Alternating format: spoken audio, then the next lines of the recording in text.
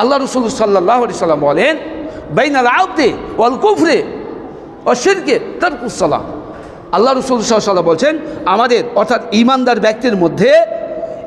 ব্যক্তির মধ্যে এবং কাফিরের মধ্যে, কুফরকারীর মধ্যে পার্থক্যকারী হচ্ছে সলাতের।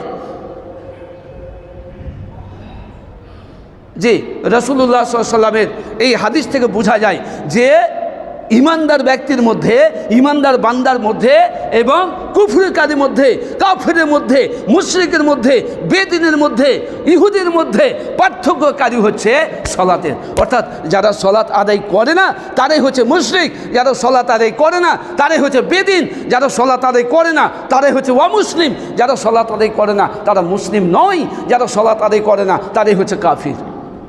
আমি কেন আপনাকে কাফির বলবো? আমি কেন আপনাকে মুশরিক বলবো? আমি কেন আপনাকে অমুসলিম বলবো?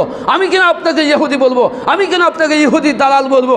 জি, রাসূল সাল্লাল্লাহু আলাইহি ওয়াসাল্লাম 1400 বছর পূর্বেই আপনাকে ইহুদির দালাল বলেছেন, আপনাকে কাফির বলেছেন, আপনাকে মুশরিক বলেছেন, আপনাকে জাহিল বলেছেন, আপনাকে ওয়াজ্ঞ বলেছেন। নবী মুহাম্মদ রাসূলুল্লাহ সাল্লাল্লাহু আলাইহি ওয়াসাল্লাম বলেছেন। অথচ আল্লাহ তাবারক ওয়া তাআলা তিনি অন্যথায় বলছেন, ওয়া আমুর আহলাকা বিস-সালাহ ওয়াসতাবির আলাইহা লা নাসআলুকা রিজকা।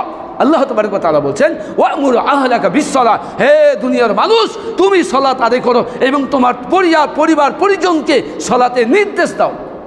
তোমার আহাল ও পরিবারকে, সন্তান সন্ততিকে সালাতের নির্দেশ দাও। ওয়াসতাবির আলাইহা, এবং এর উপরে তুমি অটল থাকো, এর উপরে তুমি অবিচল থাকো।